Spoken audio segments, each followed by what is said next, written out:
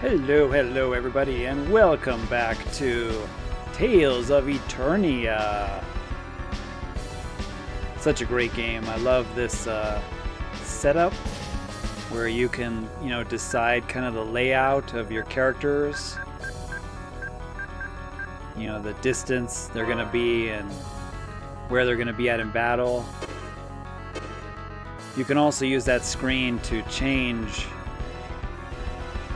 who your playable character is, which I will do eventually. As I promised, I'll probably be playing with Farah when we get to Celestia. But for now, I want to welcome everybody back. We're continuing where we left off from the last episode. We're heading up here to the observatory looking for Keel.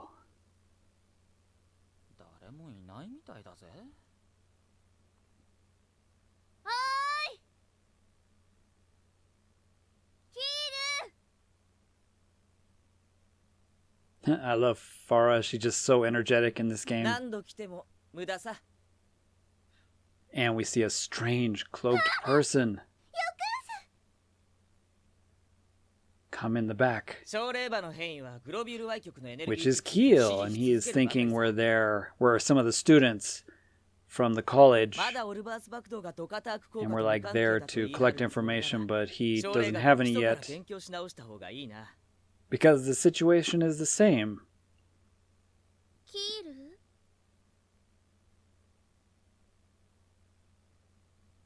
And then he realizes we are not from Mince.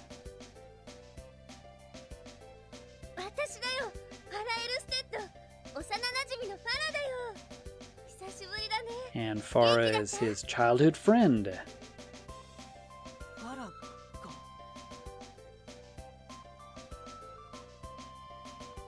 Looking him up and down. Hey, you've gotten bigger.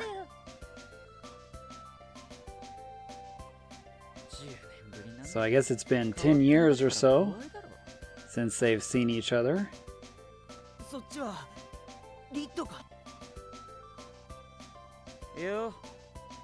So these three grew up together.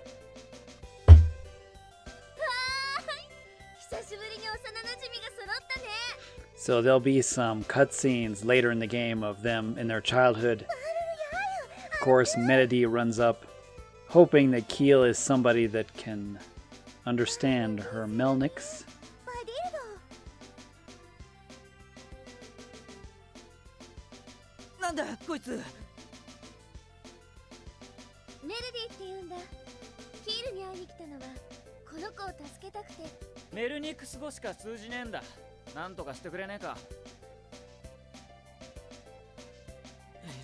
So, just explaining that they need him to use some Melniks go.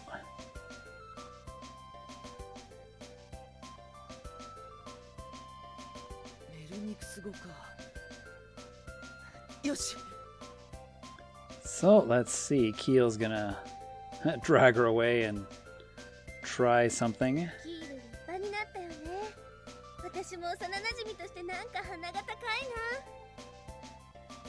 These like boxes lying around here. I thought that they were like lunch boxes when I originally arrived here in this game. I thought they were like obento that Keel was munching on while he was up here all by himself. But apparently all those boxes had holy bottles in them, and that's to just teach you that you can use holy bottles to avoid, enemy encounters, because Keel, being the nerd, kind of weak, he needs holy bottles to get up the mountain to avoid the zombies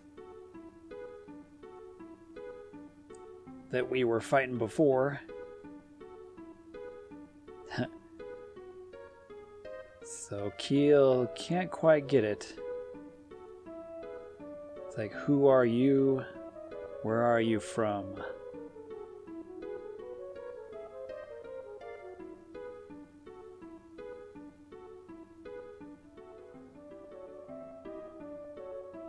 So after a lot of talking and not getting much done, Meredy is going to explain by pointing at the map.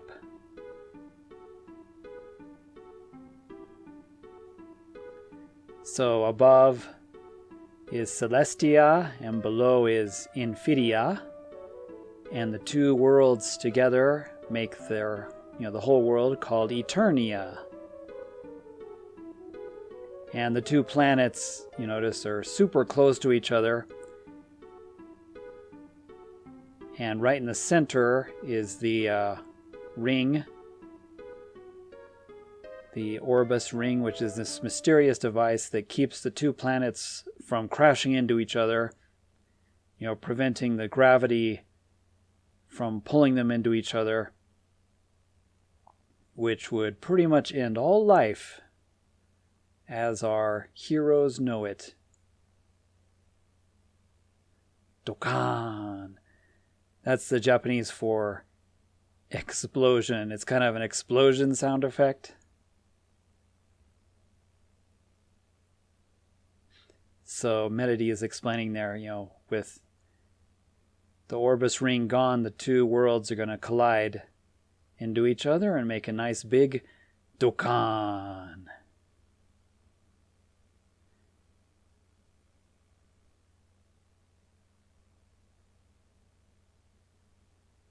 So Rid's going to look here at the Orbis ring and then zoom in on the center. And there's this sort of black object, like a black mass in the center. And we all know that a black mass can't be good.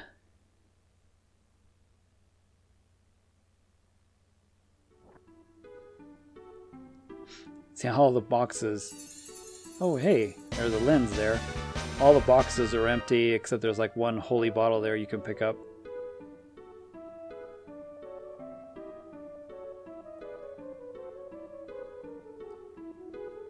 Well, what a mess.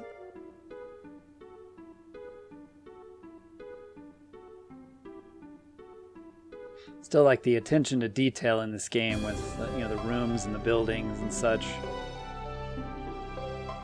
They really put a lot of work into it.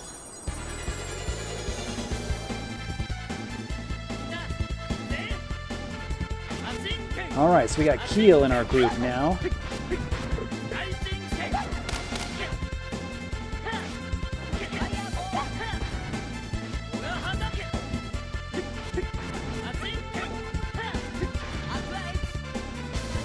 He's another pretty good magic wielder.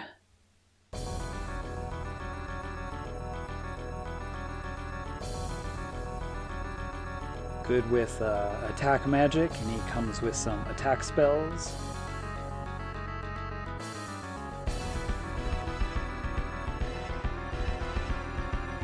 So we should be nice and clear after moving all the boulders. No more zombies in this area.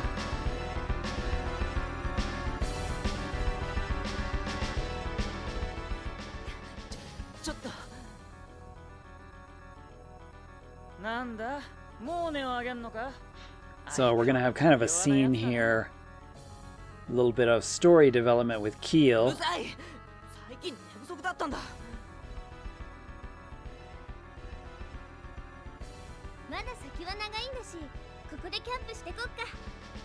Have a camp.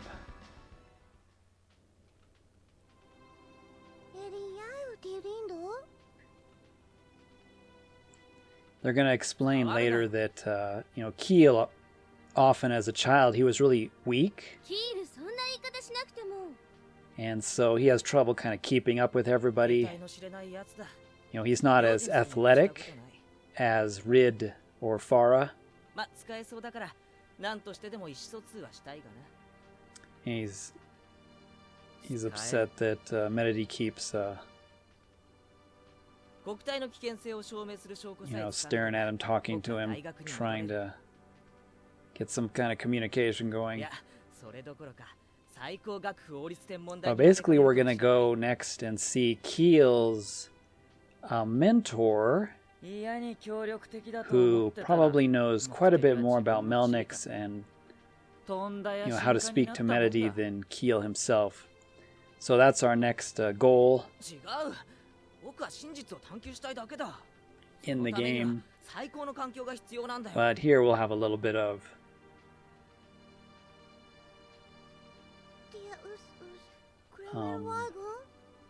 character development.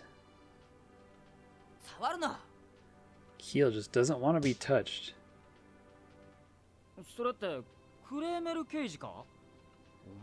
So Meredy is interested in the Kreml cage that Keel has, because Meredy has one too. And basically only elite wizard style people have a Kreml cage. So Red's like, oh yeah, you're amazing, yeah, whatever.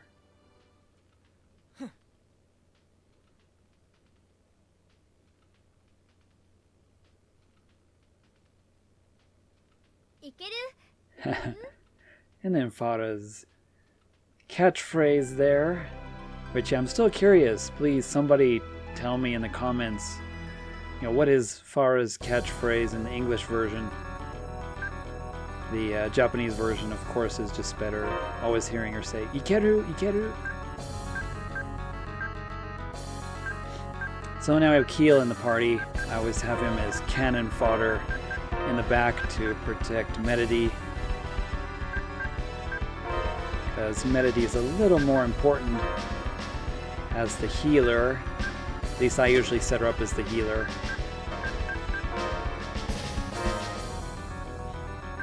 Keel comes with a few spells. He'll get some more epic ones as we go on.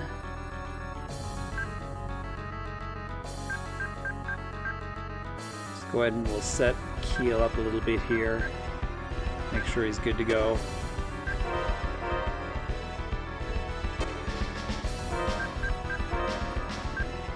He doesn't have much. Keel's walking around naked. Gonna have to buy him some equipment.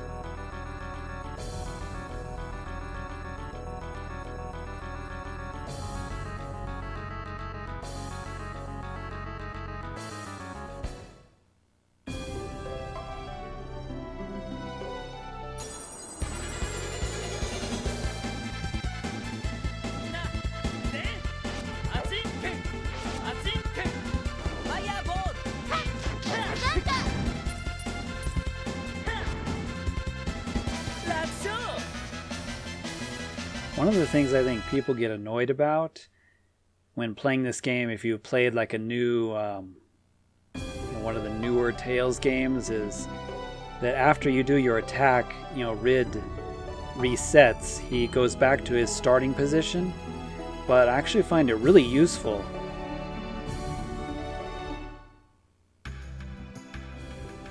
Just did some shopping real quick there. When he runs back to his, starting position, after you've attacked, often the enemies will swipe at that moment and they'll miss you. So it works as a, almost a perfect dodge. It's really convenient.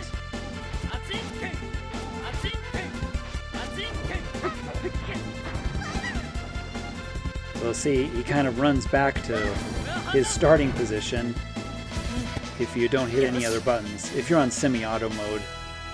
But I find that a lot of times the enemy, swings and just totally misses because he's running back to his starting location. So it's actually pretty useful.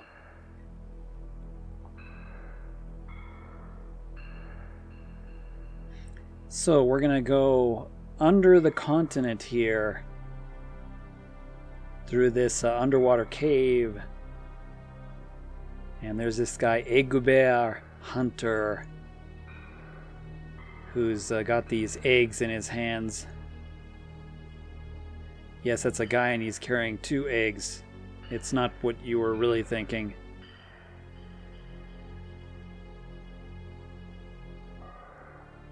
But supposedly they're rare and valuable.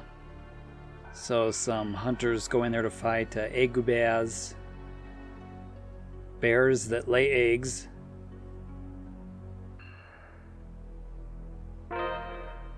And so we might have to be facing some of those too. And when we get, this guy will purchase some stuff for us. We can sell some of our junk. I think we're pretty much good right now.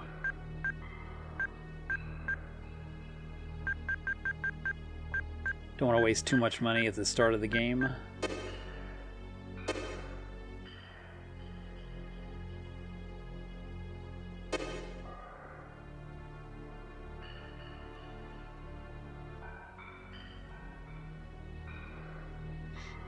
Alright, so here we go. Next dungeon area, I guess you could say. We're gonna have some more scenes with Keel not being athletic.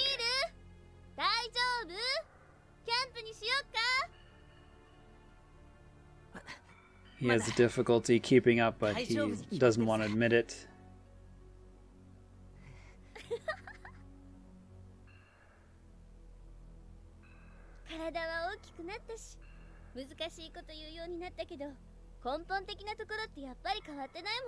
So far as saying, like, even though we've all grown up, you know, in a way we're still the same as we were when we were kids.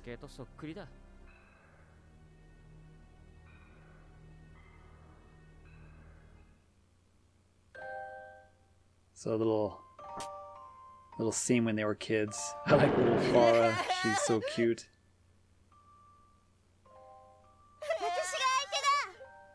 I'll be your opponent. And then Rid saves the day with a rock.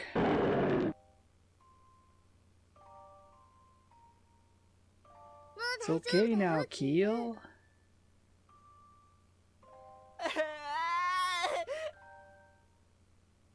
I said it's okay.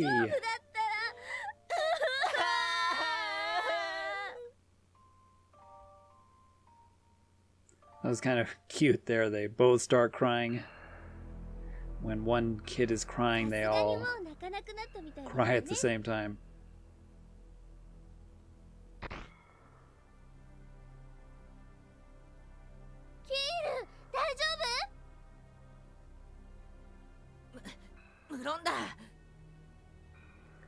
But Keel putting on a brave face.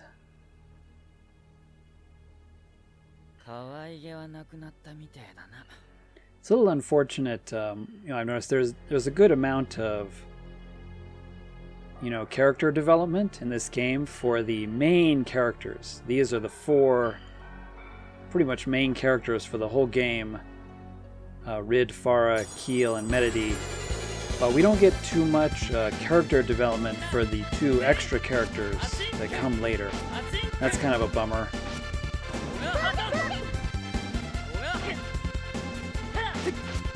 Always these tentacle enemies.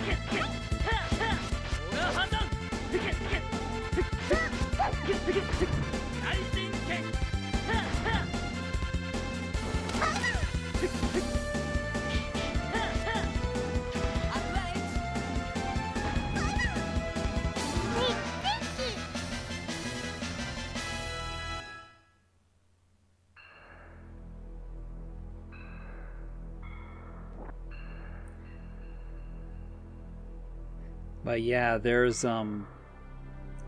two other playable characters in this game for a total of 6 main characters. But unfortunately, Chat and Fog, they're the two other characters.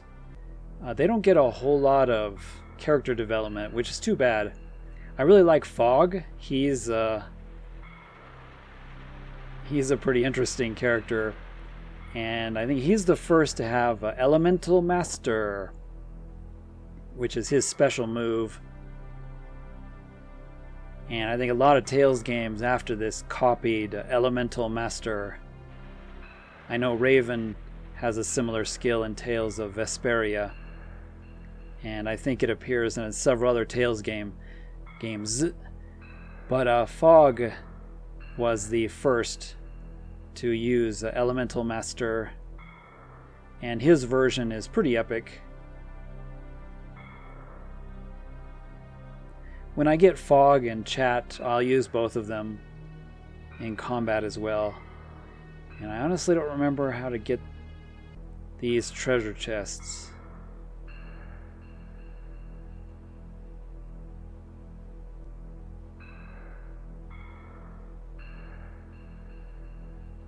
There's a couple suspiciously up there.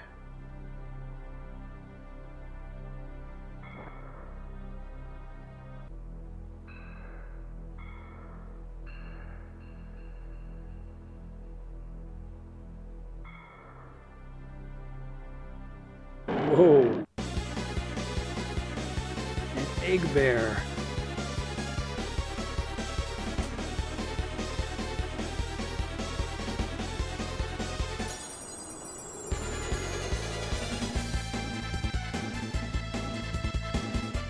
Just me and Keel, huh?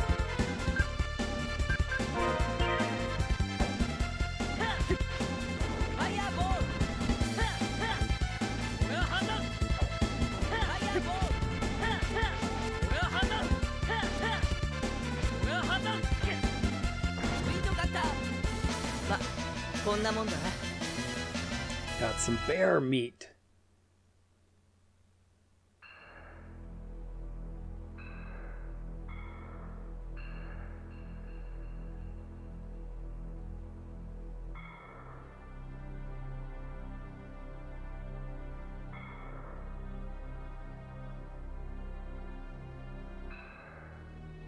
And we're gonna camp again.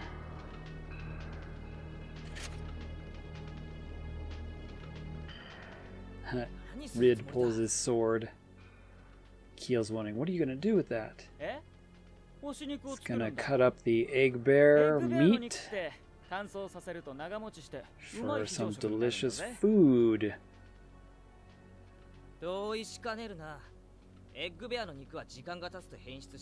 And apparently Keel's saying that there's nothing good about egg bear meat. It can poison you slowly or something like that. But the only reason he knows that is he read it in a book. So it must be true.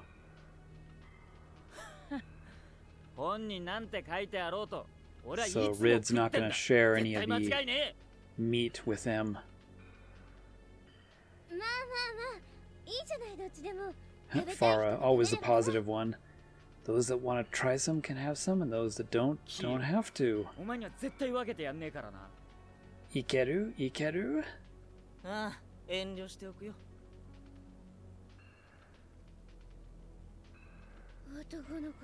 little bit of tension between the boys here.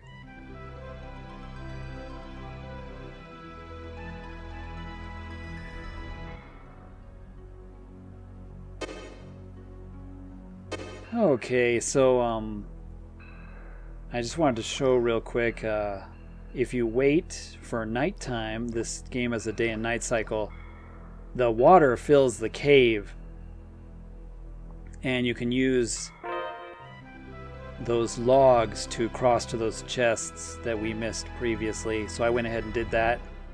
Dang it. I'm poisoned, and sleeping at the camp didn't even cure it.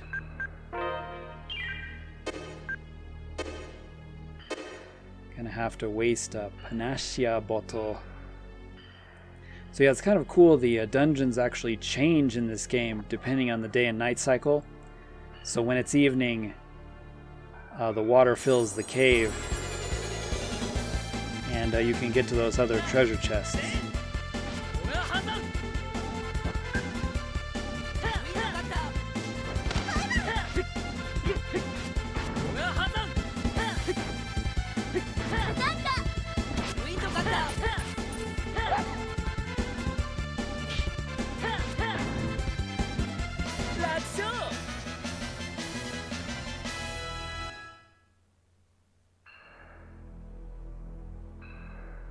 Well, that's a bloody wall, and there's a unfortunate egg bear hunter.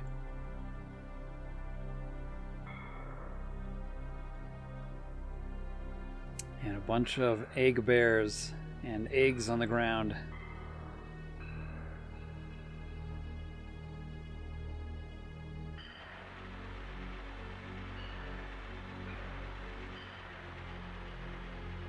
Yeah, for such an old game, the graphics are really nice. I really like the detail and the crisp look of all the dungeons and... Oh hey, there's a lens.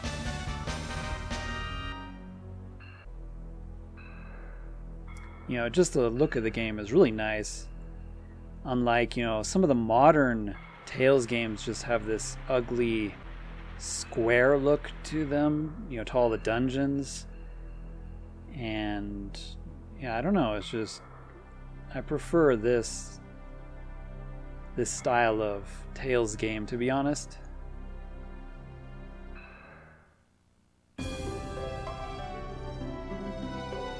Alright, so we went under the ocean there a bit through that underwater cave, and we're heading over to this tree village.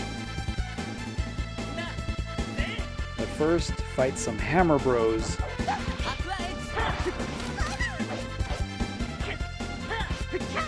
These guys are annoying. The hammer is like a boomerang. Hits you twice. So we're gonna go to this tree village to find Keel's mentor and see if he can assist us with talking to Meredy.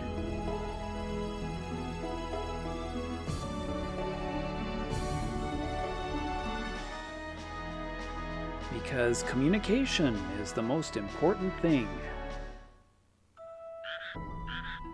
Moruru?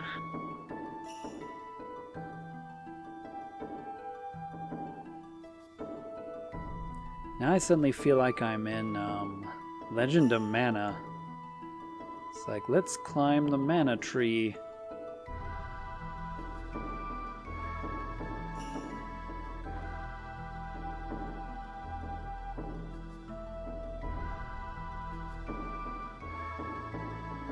So down there where that sign is a dangerous area. So I think we'll not go there.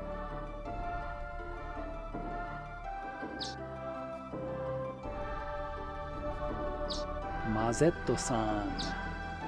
So this is where Keel's sensei, mentor is.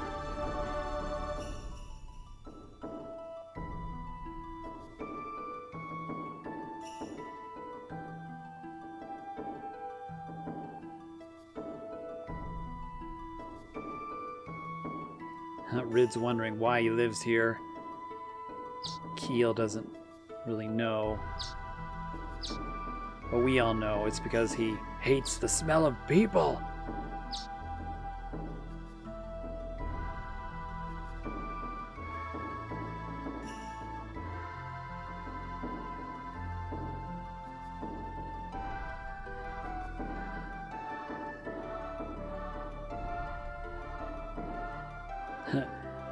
So Keel just suddenly goes into his spiel about what they need without even, you know, a kind of formal greeting. So this is part of Japanese culture, of course. You know, when you haven't seen anybody for a while, you give them the proper "O genki desu ka?" greeting and "O isashiburi," etc., etc. And Keel just sort of skipped, you know, all of that. So definitely Japan culture right there.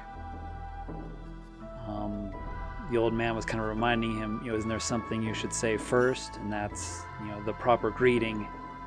Proper greetings are really important in Japanese.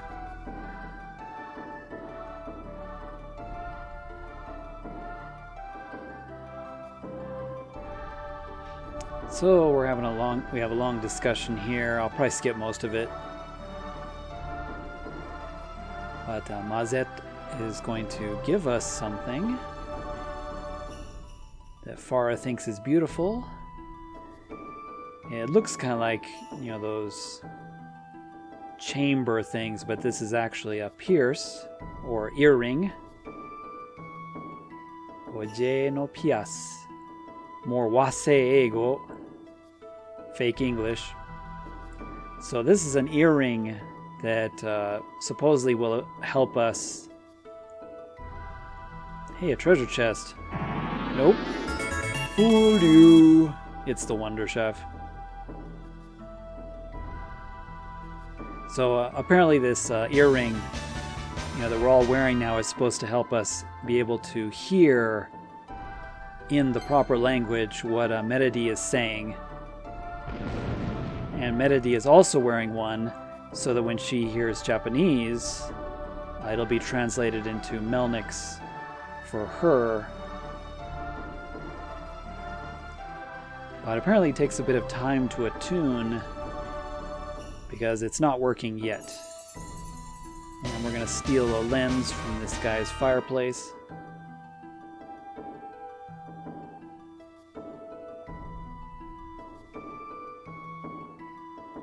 So after a scene there where the communication didn't really work, Meredy ran off. And so I'm going to go ahead and chase her. So she's not in the party right now. And she ran down here into the dangerous area. There she goes.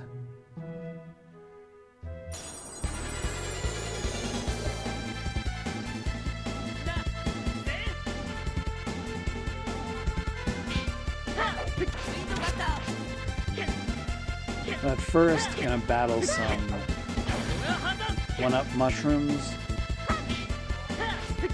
Actually, poison mushrooms in this case.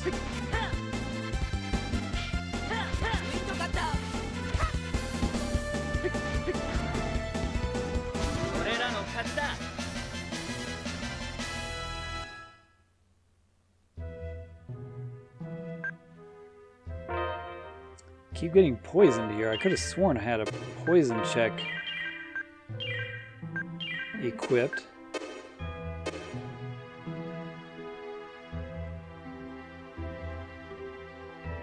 I must have sold it accidentally or something. So for some reason Meredy just ran off here. And we're gonna just chase her.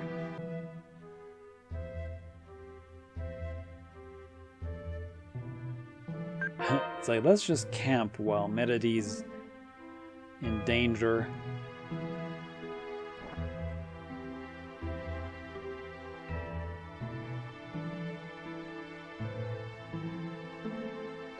Boy, she's pretty fast.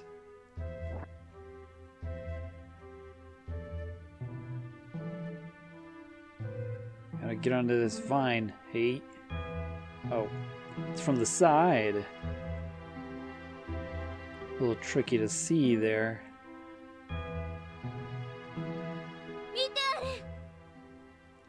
So Quickie had run off.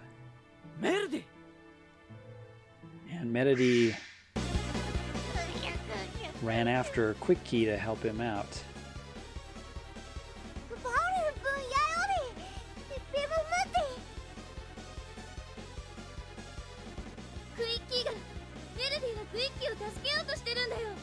Meredy wants to help Quickie. So we've got our first kind of mini boss in the game coming up here. We gotta help them.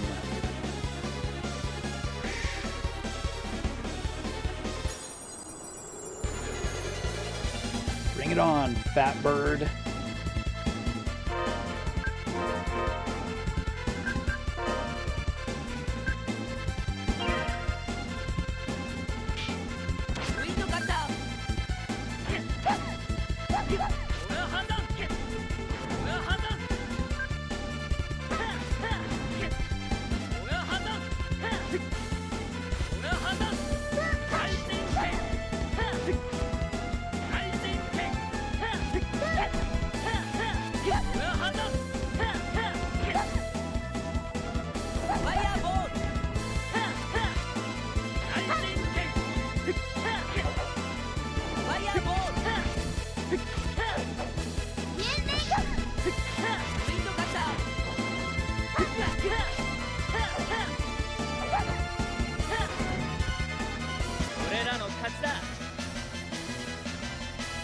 Pretty easy. Kind of a first mini boss for the game.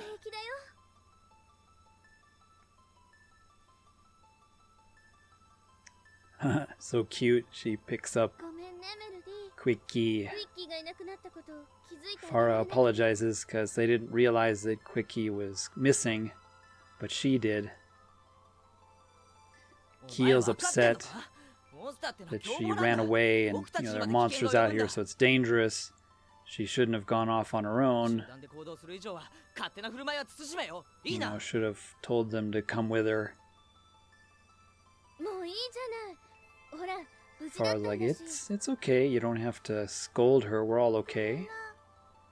Meredy apologizes in Japanese. And Keel's like, I'll let you off just this once. And they realize that finally they can communicate with her.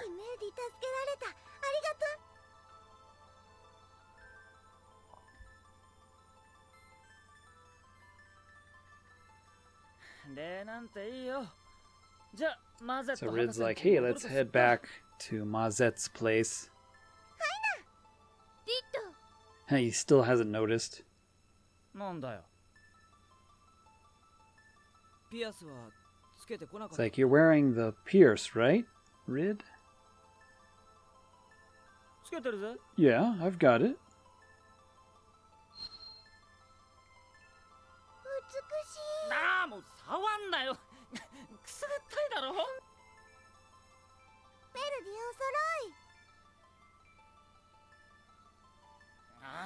And they're kind of having a normal conversation here, and he doesn't even realize that they're actually, this is the first time they're communicating in the same language.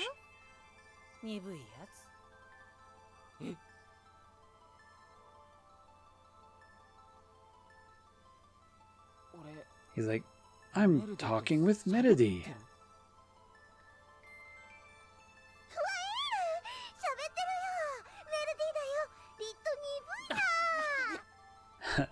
She called Rid really dense.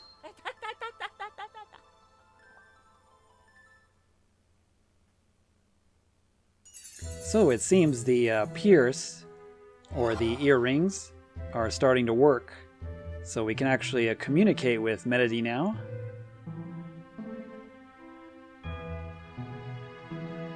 So definitely when we get back to this camp, we're going to have a conversation with Meredy.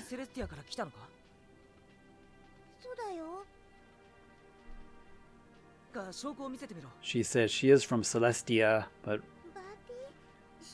Keel wants proof, and Meredy doesn't really know what proof is.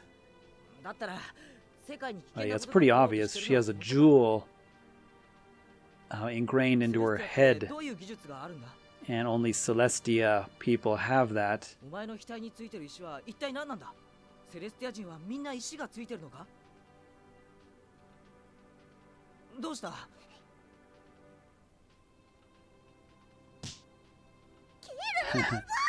And I guess Keel is like a hentai pervert, because he was touching the crystal on her head, and apparently that's a no-no.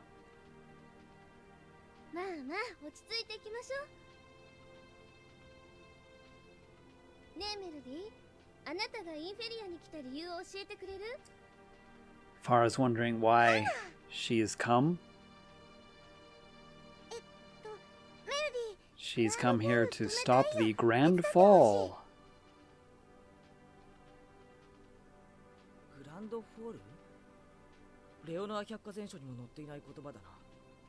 Which is their term for Armageddon, the end of the world.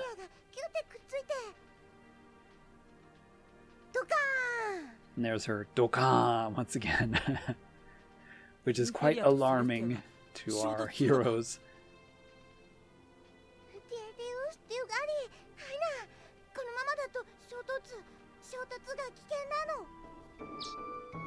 It's kind of cool. They still mix some Melniks in there when they're speaking, so that there's some words that Meredy speaks that don't exist in Japanese.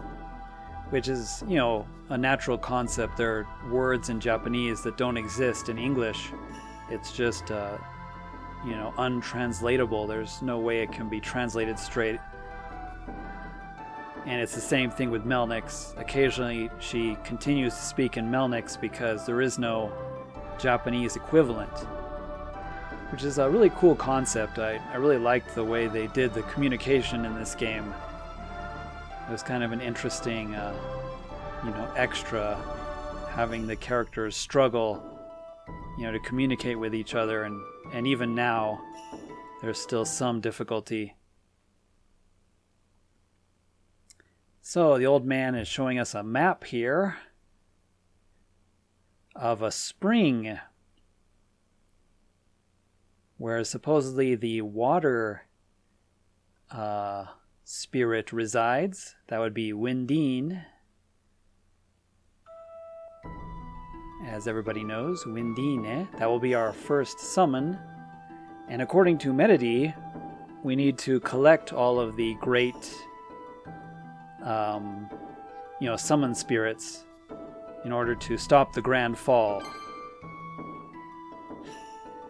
See, that pumpkin totally looked like the other one. You know, it totally looks like the background.